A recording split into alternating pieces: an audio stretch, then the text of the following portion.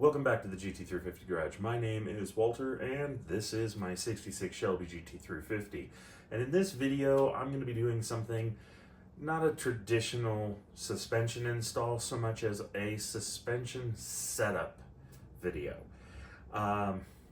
In order to do this video, I need to walk you through the parts I'm using, why I'm using them, and the purpose that they serve. Now,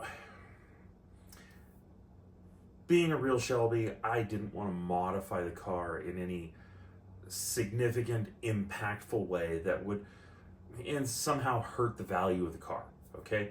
I also didn't want the car to look like it was straight out of a shop that builds pro touring cars because, let's be honest, it's a real Shelby. It wouldn't look right if the car was set up as a tubular everything, subframed, crazy, wild build. So the suspension on the car is all stuff that is based around stock components. Now, some of these components are a little bit more modern in concept. Some of them are very much just a modified stock part. And the mix of parts is allowing the car to achieve something really special. And you're going to see that in this video in the way of alignment specs. This car should drive in a very modern way. The alignment that I've achieved is drastically better than anything that you could have hoped to achieve with the best stock parts and the best knowledge from Shelby, from Budmore, from anyone that raced these cars back in era. Those cars just did not have the level of adjustability that I have now with this car, and that level of adjustability didn't take much to achieve.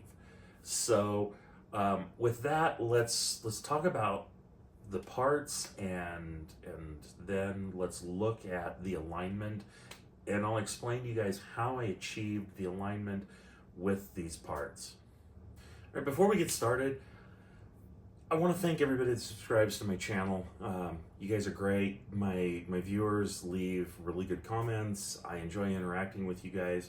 And for those of you that are here for tuning content, in a way, this is tuning content. It's just not the kind of tuning that I've been doing in my other videos. This is suspension related as opposed to engine related.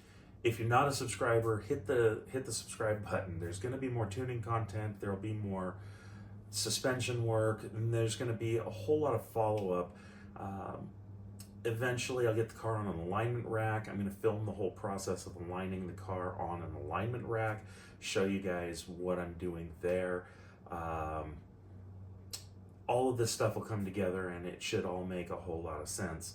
And then, you know, eventually it'll lead to getting the car out on the road, eventually to the track, and we'll get to see all of this come to fruition, so to speak, and hopefully I'll get to show you how usable this car will be when it's done. All right, moving on to talking about the parts.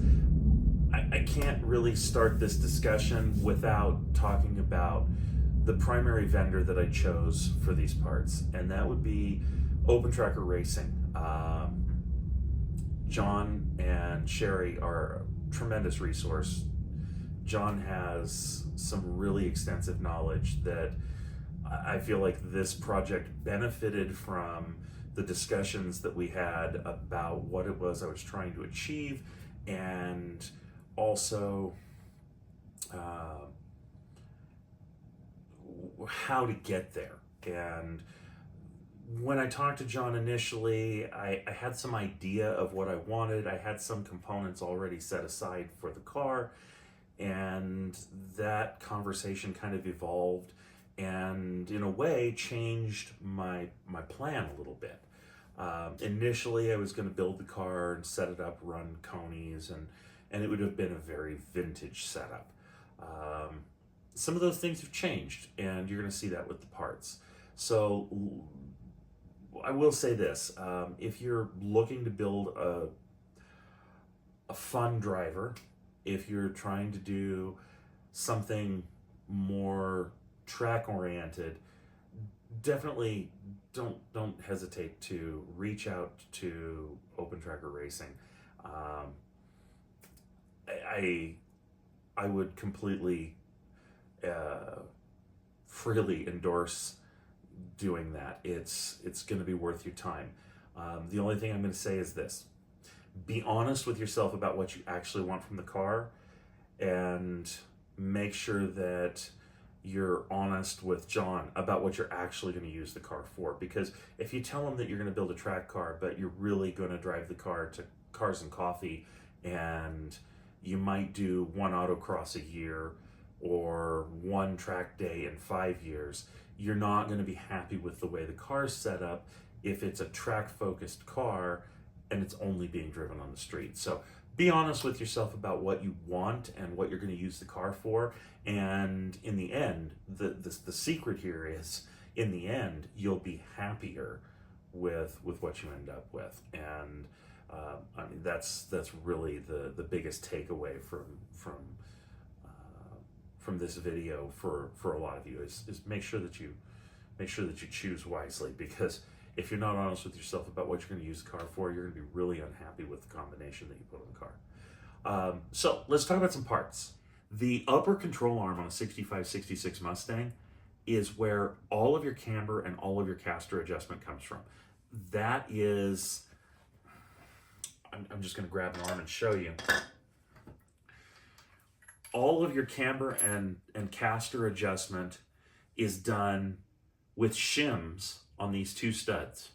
So you'll move the arm in and out, and then you'll shim the front or the back to twist the arm one way or the other. And as you twist this arm this way, you add caster, which means you add shims to the front bolt. If you want to then change the camber, you have to move the arm in and out by adding an equal number of shims on both sides. And so the alignment on these cars is an absolute nightmare from the factory. A lot of alignment shops these days just dread getting one of these cars into a line.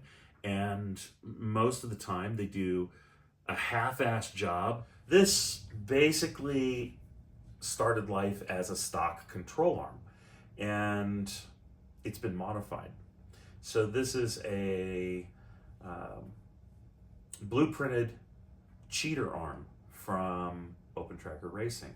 And the reason they call it a cheater arm is the amount of effort it takes to turn this shaft is about maybe a tenth what it takes to turn the stock control arm shaft.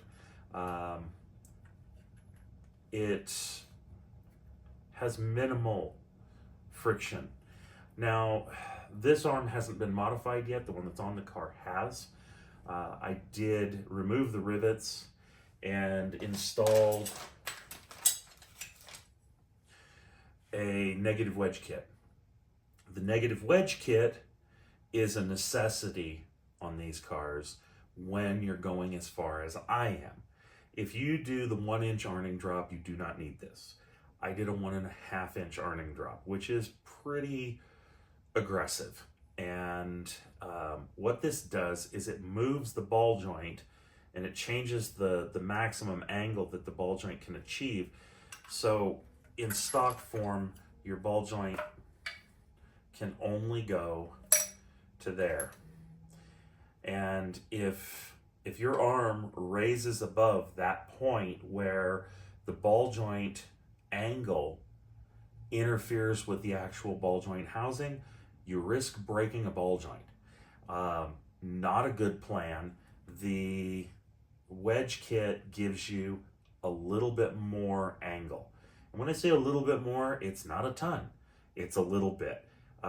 It's enough that you can go a 1.5-inch drop on the arm instead of a 1-inch drop. And when we get to measuring the camber on the car, I think you'll see why. To get the caster and the camber both set on these cars, it's kind of a pain in the butt. Um, it's not a fun job. It's not one that most alignment shops like to do.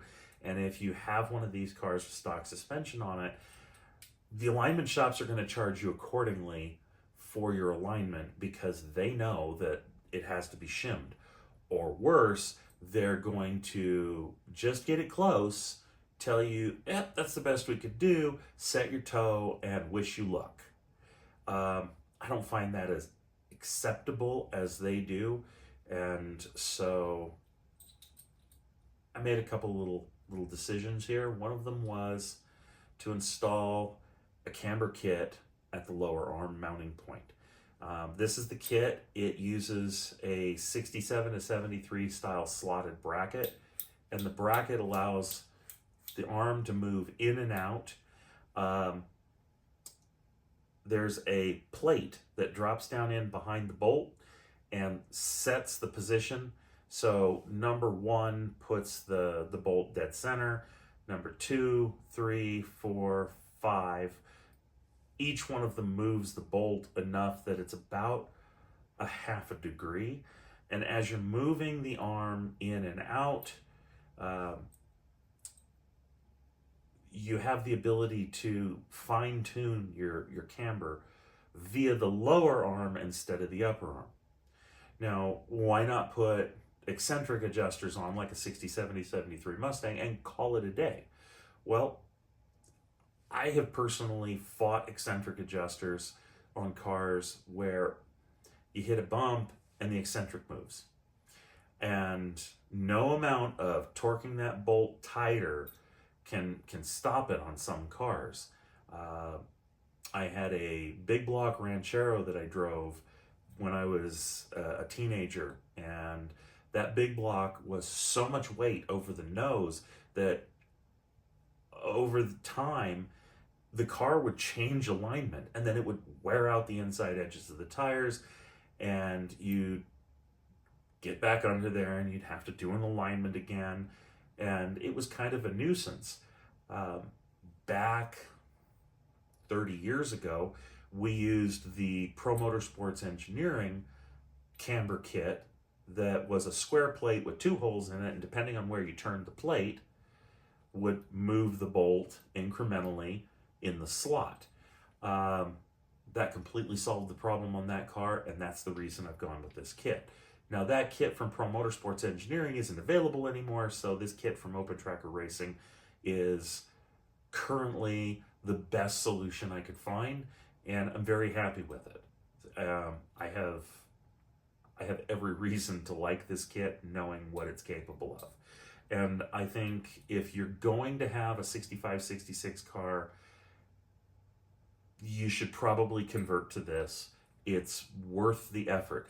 If you're not capable of doing the conversion yourself, then it would just be a matter of finding someone who has some welding skills and understands what it takes to modify the lower bracket under the car so that it has a matching slot to this, and get yourself set up and make it work.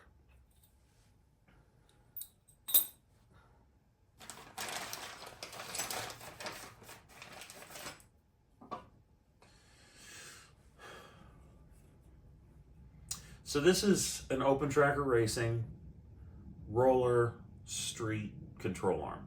Not a full-blown race arm. It doesn't have any gusseting or reinforcements.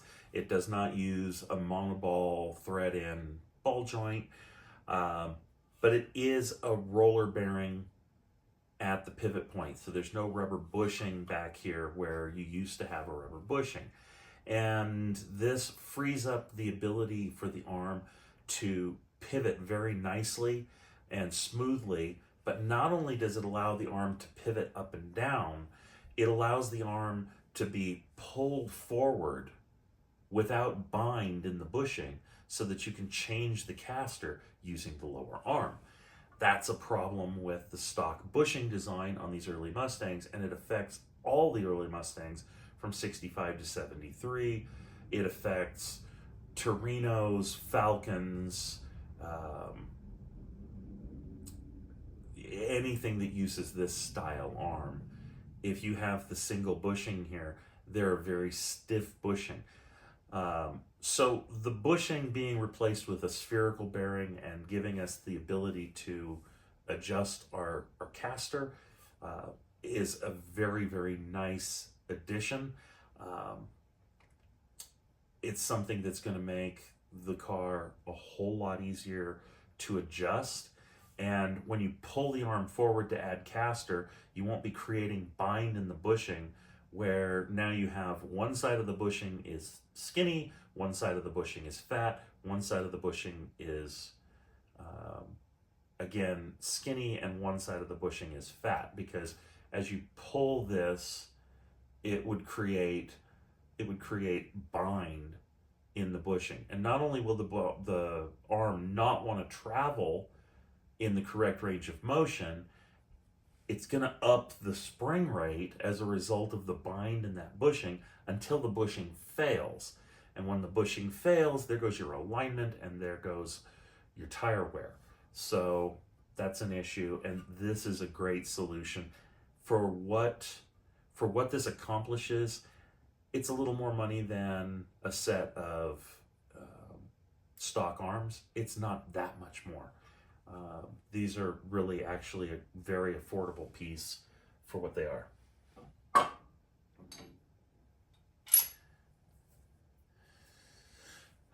The strut rod on a 65-66 is not adjustable. And this is a replacement that uses a Delrin monoball. So where this goes into the factory bracket, we now have articulation that we didn't have from the factory in all directions. The stock rubber bushing here was very stiff, and not only do we have all of the articulation that we want, we have a single pivot point. So this arm can't move in and out of the bushing. It can't move up and down in the bushing or side to side in the bushing. It can only move in the specified range on the actual ball once it's tightened correctly. So that's actually a really, really cool update.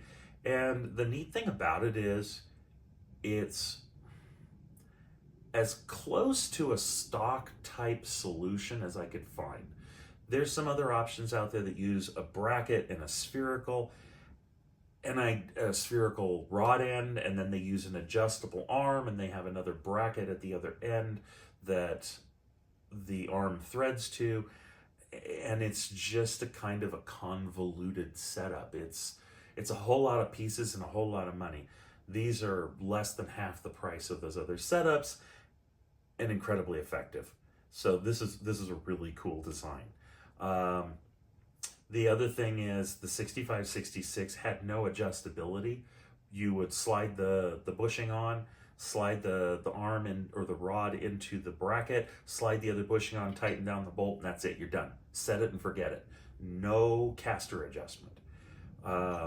This arm, you can change the location of these nuts, moving the pivot point further forward, which would give you less caster, or moving it back, giving you maximum caster. So as this arm is pulled forward, you gain caster. As it's pulled back, you lose caster. Really neat piece. Absolutely worth the expense.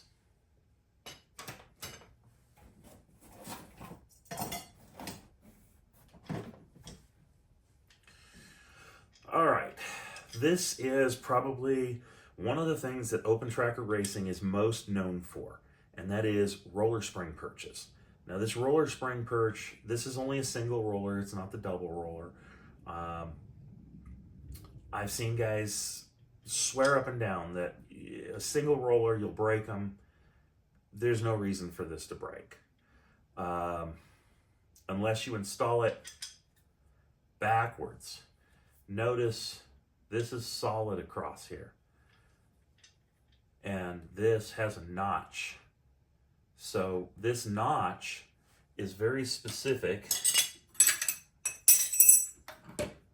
because it happens to clear the ball joint cap. These are fantastic pieces. And if you want to go all in and do the double, you can set it up so that the shock rotates independently from the spring. I really see no need for that. In 35 years, I've never broken a shock at the base. I've never broken a shock stud. And I don't plan on breaking a shock stud or the shock base on a shock anytime soon. This is a really, really neat piece. Now, why all this roller stuff? Maybe that's the next thing I should talk about. Why all the roller stuff? Well, it all comes down to the way the rubber bushing behaves. And stock rubber bushings add spring rate to the suspension. So you end up with, as this tries to pivot on the arm, as the arm is traveling up and down, and this shaft is trying to pivot against the spring rate, this is adding spring rate to the arm. Well, when we put a roller in here, roller bearings, with the roller bearings, we lose that spring rate. So now our effective spring rate is whatever spring rate we choose for the car, not the spring rate plus the spring rate added by all the bushings. And you might say, well, why not Delrin or polyurethane? Why do we have to go to a full roller? The problem with polyurethane is it also binds and it squeaks. If you've never had a car with a whole bunch of polyurethane in the suspension, you've never experienced the squeakiest ride of your life. The polyurethane manufacturers will tell you that their bushings don't squeak, and I'm gonna say that is a big fat lie. I have had no experiences with polyurethane that it hasn't squeaked at some level. Now, there are places that you can get away with using polyurethane and it won't squeak. Places like tie rod or sway bar end links. Sway bar end link's not going to squeak with polyurethane bushings, and the polyurethane bushing gives you a nice, strong mounting point to the sway bar. So, in that respect, you know, polyurethane has purpose and it has use on these suspensions. It's just not in pivot points. Well, why not Delrin? Yeah, you could put Delrin in here. Delrin would work, but it would have to be greasable.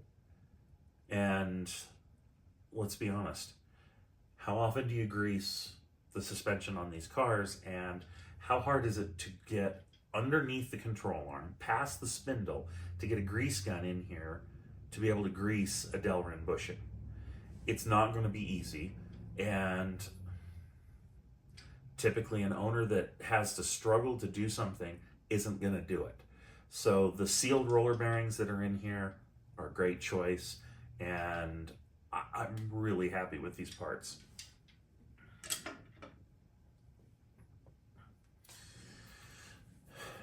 Now, I had planned on putting Conys on the car. I had a set, and I thought, do I put Conys on the car? Maybe. But I plan on driving the car. And I had somebody who needed a set of Conys. I made them an appropriate deal on my vintage Conys. When I say vintage, they were 80s vintage. They were the correct orange, unlike some of the new ones. And I decided to go with a set of Viking double adjustable shocks. And I will probably have a little bit of fun, and I'll probably make the top of the shock orange just for diversion. Will it look like a Coney? No, it won't. But it'll make people think. And that's all I want. This is a very nice shock. the ability to adjust compression and rebound is something that you can only dream about with a Coney. And I want to say this, nothing against Coney. I've used Conys for years and years and years, and I've had plenty of success with Conys. However, Conys are rebound adjustable only. You can't just adjust the compression on a Coney street shock. So when you push the shock in and you click the shock to the next position and then you extend it back out, you install it in the car, what you've done is you've increased the rebound dampening on the shock. So rebound is extension. And what happens is if you take a brand new set of Conys and you crank them up, you tighten up the valving so that it tries to suck the car down to the ground. I've actually had Conys that have pulled the suspension down so far that it's created tire rub on cars. And the problem was strictly that the rebound setting was too stiff. Setting it back to the softest setting, the car actually handled better. So there's a lot of misunderstanding about how Conys work, and it's not that there's anything wrong with them, it's that people misuse them. I once had a discussion with an engineer from Eibach, and he was with a manufacturer rep visiting the company I was working at the time, and he says, or I asked him, I'm like, when's Eibach going to come out with adjustable shocks and struts for cars? And he says, we're not. And I'm like, why not? Because our philosophy is they become unadjustable shocks and struts. And I'm like, what do you mean by that? And he says, the customer will typically unadjust the shock from an ideal setting to a less than ideal setting, and it made more sense to leave the product non-adjustable and develop a really good product. I later used several sets of Eibach struts and shocks on SM95 Mustangs, and I have to say, they were fantastic. They were really, really good. If you set the car up right, they were a lot of fun to drive, and there was no need to adjust them. So this is going to be fine-tune it, get it where the car is happy, and then leave it alone. And not try and adjust the car to oblivion, but adjust the car so that the car is as ideal as possible. Finally, speaking of Eibach, this is an Eibach progressive rate coil spring for a 67 to 70 big block Mustang. And why a big block spring in a small block car, and why a later spring for a big block car in an early car with a small block. If you know anything about these springs, yes, this spring is a little bit too long in its current form, and I will have to trim the spring slightly to get my final ride height. We're talking not a lot though, okay? We're not talking a lot of trimming. We're talking maybe 3/8 of a coil to 3/4 of a coil is all I'll have to trim off of these, and this car will sit exactly where I want it to. The rate on these springs, the reason I've got this particular set of springs, I used these in a small block 67 Cougar with great success, and before I parted with the car, I took the springs out, and these were sitting on a shelf for this car for over 20 years, and I hung on to these because I absolutely loved the way these springs rode, the way they drove, and they were going to be ideal for this car. This spring is, I believe, 520 or 540 pounds on the light rate, and if I remember right, because these are the original big block springs, not the current model, they changed the rate. They dropped the rate. these were 720 or 740 on the high side. They're up there. It's a nice compromise. It's basically a really great sport spring for driving around on and riding down the highway. And then when you get the car into a corner, it's going to almost immediately limit body roll. So this was a decision that I made a long time ago. And this is one of the things that I talked to John at Open Tracker about. I wanted to use this spring. When I explained to him what the rates were, he was like, okay, you know, that's kind of stiff, but if you're okay with the car being stiff, you're going to be fine with them. And I said, okay, cool. One thing, this is probably one of the most important parts that you're going to buy. If you buy the factory replacement, they're rubber. And if you've ever taken springs out of an early Mustang, the original rubber ones fall apart. And they fall apart within a matter of a few years when you put a new set of rubber ones in. This is a polyurethane replacement from Scott Drake. There's different companies that make these in polyurethane. It has the correct steps so that it goes into the spring, lines up, and sits perfectly flat.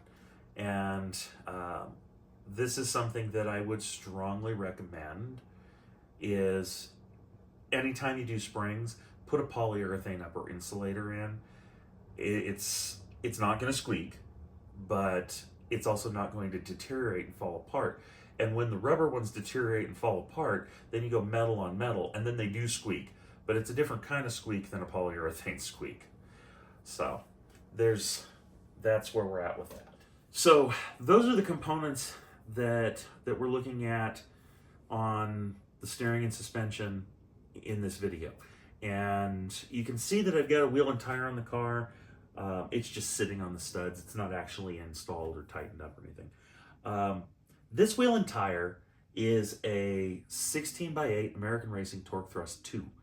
And it's got pretty substantial backspace at 4.879. I ordered the wheel not based on application, but based on the backspace. And it fits the car very nicely. The reason it fits the car nicely is because of one component that I haven't mentioned yet, and that is the CSRP 1.4 inch drop spindle. The drop spindle moved the wheel up relative to the ball joint and let me go in. So it's a nice addition to have the drop spindle. Everything else dimensionally on the spindle is the same. Only the pin for the wheel bearings moved up. And what's nice about that is it doesn't really drastically change our roll center. It doesn't drastically change the way the car behaves, the way the car steers. It doesn't change bump steer drastically. So bump steer is adjustable. Everything else works. And we have good clearance to the upper control arm. We have clearance to our spring cover. So everything we need to clear, we clear. And that's important. Basically, a lot of thought went into this suspension, okay? A lot of thought went into this suspension. And so now let's look at where these parts go, where they're mounted, where they're installed, and let's kind of walk through the setup on them and how I'm making this all work. Final thing, a couple other little things that I've done on the car. I did a video where I showed how to take a steering box out, disassemble the steering column and all that. I did not do a follow-up video on installing the steering box. The steering's back in the car. And that was just simply because of timing and necessity. The car has a roller idler arm, and it's the Shelby quick steer arm. It has a brand new 16:1 steering box, and I'm utilizing the Bear Tracker the Bear Tracker bump steer kit. The Bear Tracker bump steer kit is just so that I can fine tune any little bit of bump steer out of the car. I'm not a big fan of bump steer. It's a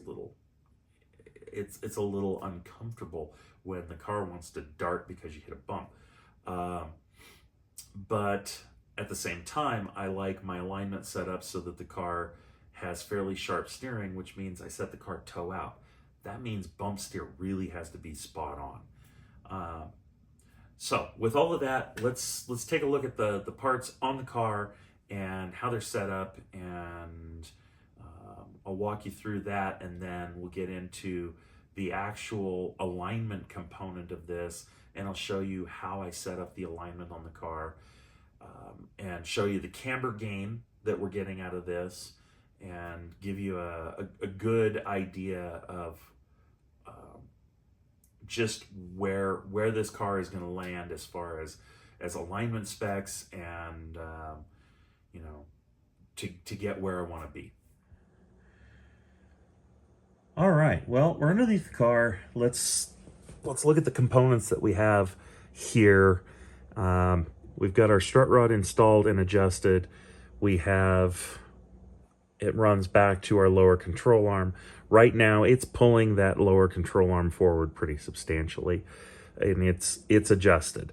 We'll see what the adjustment gave us here in a little bit. We have a polyurethane prothane suspension, or anti-roll bar debushing, and then back here is our camber adjustment. And if you look, you can see the number 4 on that plate. Those plates are stamped 1, 2, 3, 4, and 5. Each one of them is intended to basically add a half a degree or so of camber, and you can flip them around. So you can use 4 to add camber or 4 to remove camber. In this particular case, I'm using it to add. It's a nice setup. It's permanent. If you have the original style 67 to 73 cars, you're going to have an eccentric right here, and that eccentric, you just roll it and it moves the bolt, okay? The problem with the eccentric is this. You hit a good bump and it moves the bolt because it can roll the bolt even though the bolt is tight. And I know that doesn't sound like it should happen, but trust me, I have had it happen more times than I care to think of. It's really annoying. So this stock mount is not adjustable from Ford. They had no intention that you could adjust the stock strut rod when the 65-66 Mustang was originally engineered. And the same thing with the lower control arm mount. It was a fixed point in space, in the design, and all of your adjustment had to be done at the upper control arm. If you look up, you can see the hardware for the upper control arm, and it has been lowered down because it's got the arning drop done. Okay, we've got a lot going on in this view. Let's start with, here you can see our sway bar setup. We've got a fairly short end length. That's the correct end length for 65-66. You don't have to squish these bushings to death. That's not necessary. Once the bushings have a little bit of compression on them, they're good. The tighter you make them, all it does is wear them out faster. Obviously, we're following our strut rod through. Our lower arm position is now fixed, but it's moved out from stock, and that's to give us more camber. Our upper arm has dropped down at the back. The back of the arm here would be 1.5 inches higher in a stock location. We have our very movable spring perch. This is something that I don't know if you can quite see it from this angle, but there's a notch in the spring perch that clears the ball joint cap in the arm. If you put this on backwards, you'll break it. So don't do that. The rivets were cut out, and there's our negative wedge plate inserted into place. There are special spacers underneath these bolts that are actually cut at an angle so that everything lines up and we end up with a vertical bolt drop. Okay. It's a very basic setup. There's nothing fancy going on here. Works really nice. Now, as far as you can see that I have not tightened these bolts yet, or the nuts yet, on the ball joints, and I'll have to finish torquing everything to spec. But for right now, it's together the way it needs to be.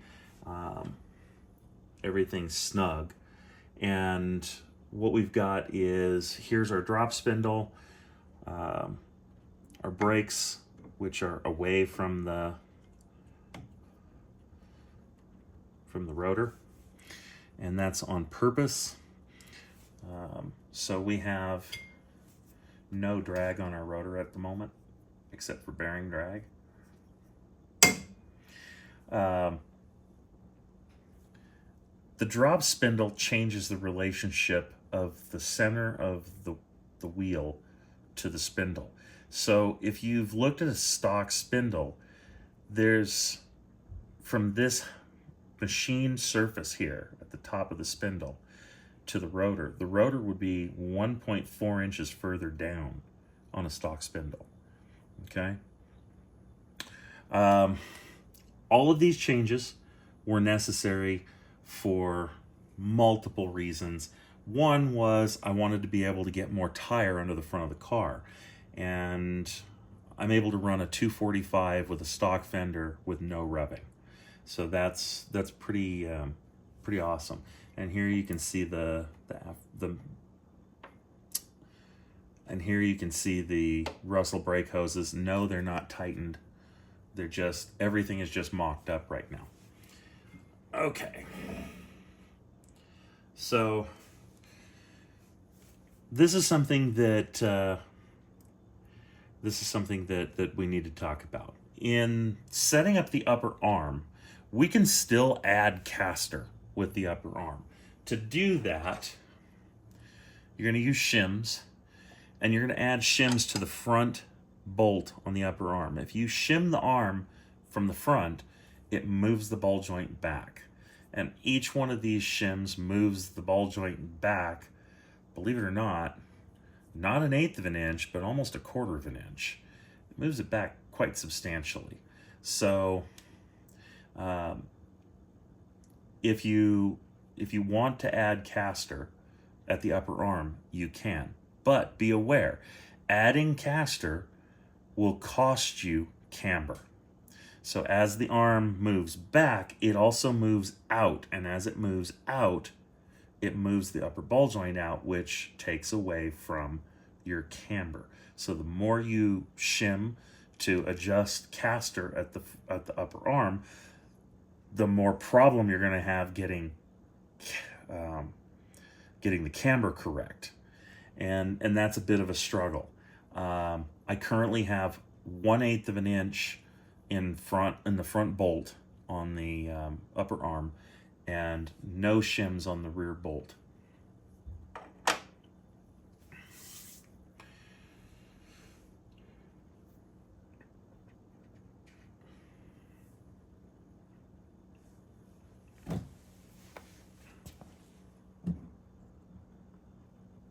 Okay, so our camber is already set, our caster is already set.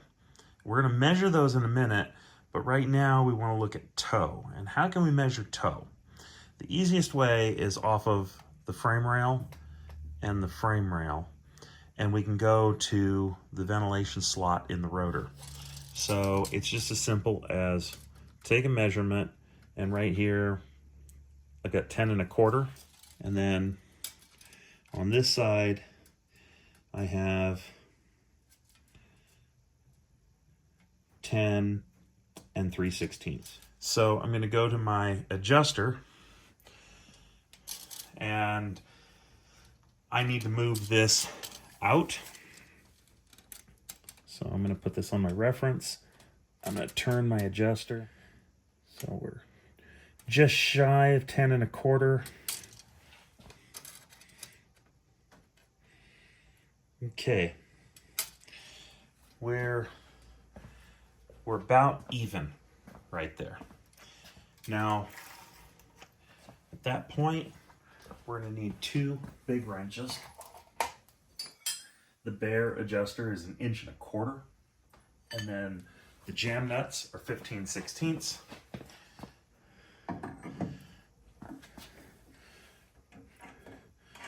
So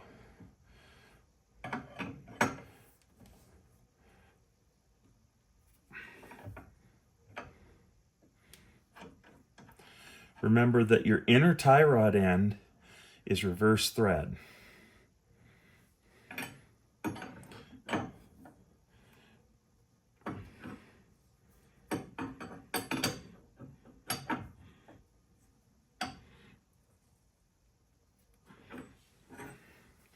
So we'll lock that down, we're done. That's it.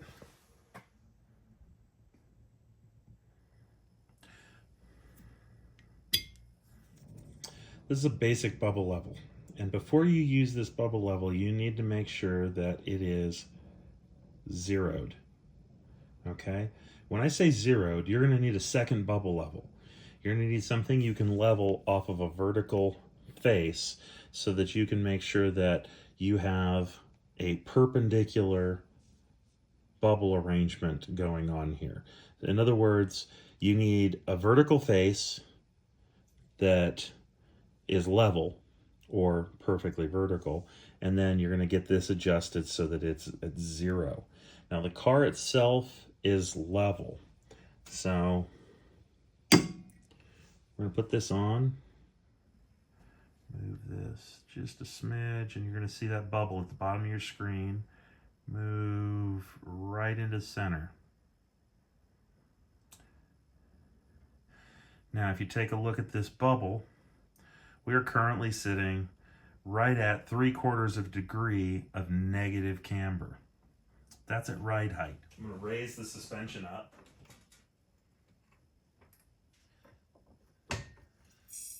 And as we go into compression, you can see that we're up to 2.5 degrees.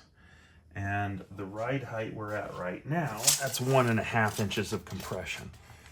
I can add a little bit more to that.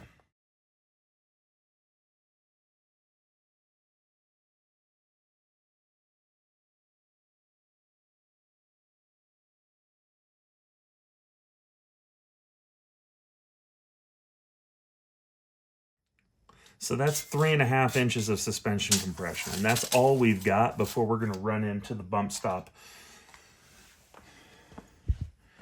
And you can see we're almost out to 6 degrees of negative camber. So as we compress, the tire, the outside edge of the tire is moving away from the fender and in towards the car, or towards the spring, which is pretty desirable for a suspension setup on one of these cars to go that direction.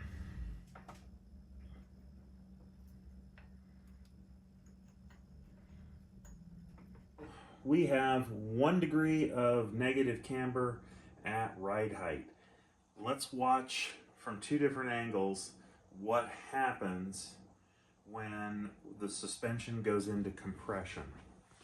And we're going to take it all the way up to maximum compression.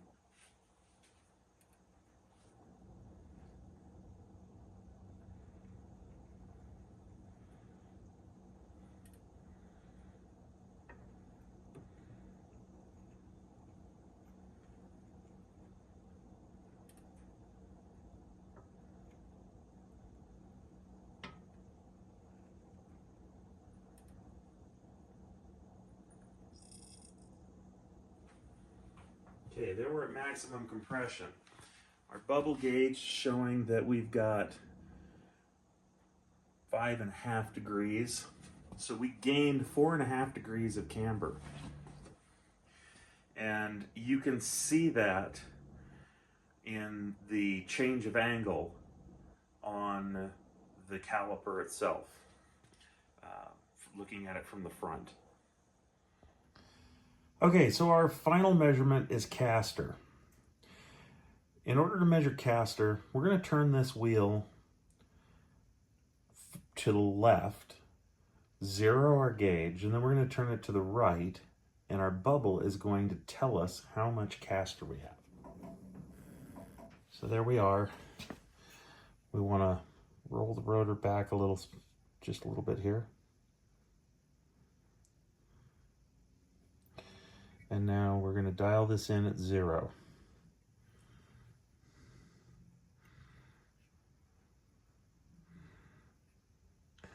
Okay. We're going to go the other way. And there you can see we have 6 degrees of caster, which is a lot of caster. So I may dial a little caster out of this. I may not.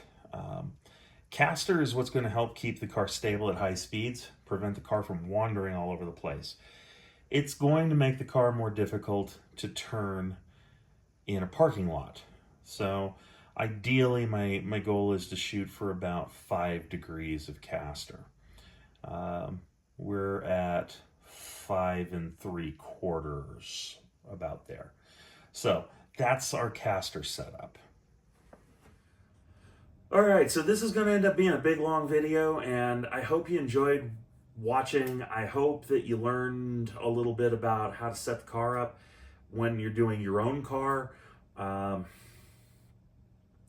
still want to reinforce something from the beginning of the video, and that is when the time comes that you're going to build your suspension setup, when you're ready to order parts and you want to get your car a little more dialed in, be honest with yourself. Don't buy a track-focused suspension for a car that's just going to go to Cars and Coffee, okay?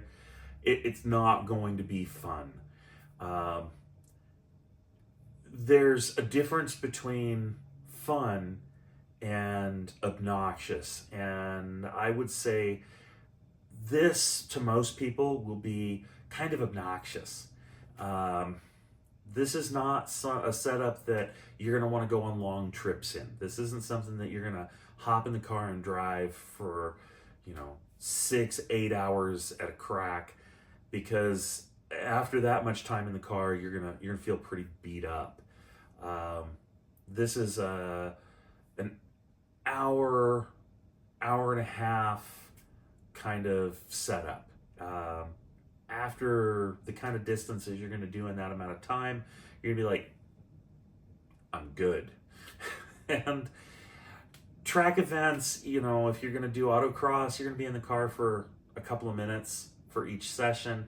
You're going to be on the track for open track events for 20-minute sessions, so you might be in the car for a half hour total.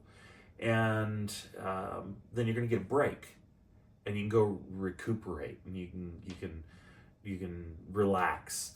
But to drive this setup for 6 hours, you'd be unhappy. And I know some of you guys really like to drive your cars. So when I say be honest with yourself about what you're going to use your car for, make sure that you choose the right suspension for your car. Make sure you're honest with whoever it is you're purchasing that suspension from. I mean that in all sincerity, and I hope you'll listen to that advice, because it's really easy to make the mistake of thinking, well, I'll just go a little bit stiffer spring, and I'll go a little bit stiffer shock. Instead of the street shocks, I'll buy the performance shocks. Instead of the street springs, I'll buy the performance springs. And the next thing you know, you've snowballed into this combination that when you get it all together and you get the car aligned and you take the car out and you go drive it for the first time for a couple of hours, you get out of the car and you just say, I don't know if I like it. I don't think it's what I wanted. And I would hate for that to be your experience. There are plenty of really great aftermarket suspension companies out there that can help you with your project. Open Tracker Racing just happens to be who I chose, and I mean, consider this video my glaring endorsement of them. The knowledge, the product knowledge, the vehicle knowledge, and the customer service were fantastic. So, you know, if you are looking to do a suspension, I would hope that you'd give John and Sherry a shot. Beyond that, this car is going to be a pretty wild car, and I hope to get to drive it next spring as soon as the weather is warmed up, and as soon as the roads are dry and salt free. And for that to happen, it means I've got an engine to build, and it means I've got a transmission to put in, and I've got a rear end to build and rear suspension to do. So I have a lot of work to do, and that means hopefully if things continue to go the way they're going right now, I will be able to start putting some videos together and getting more videos online for you guys to enjoy and watch and share with your friends. If you enjoyed this video, hit the like button. I'd appreciate it. If you have any questions about anything I've done in this video, leave me a comment. I'm happy to just respond to your comment and answer your questions. I really enjoy that, okay? And if you're not a subscriber and you've watched this far, hit that subscribe button. Absolutely hit that subscribe button, and there's going to be more of this stuff. And if you are a subscriber, thanks for watching. With that, I'm going to leave you be, and stay safe out there. I'll see you in the next video.